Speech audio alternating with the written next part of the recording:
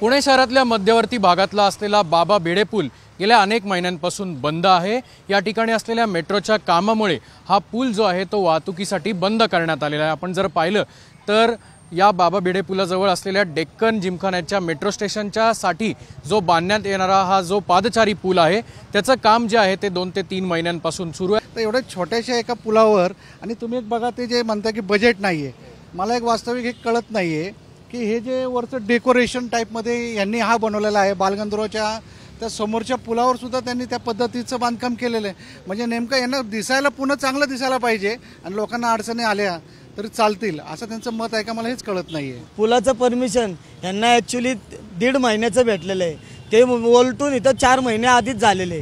अजून हे म्हणतात की आता हे 6 महिने अजून चालणार आहे। त्याच्यामध्ये गणपती आले, दिवाळी आले, नवरात्र आले, दहीहंडी आले।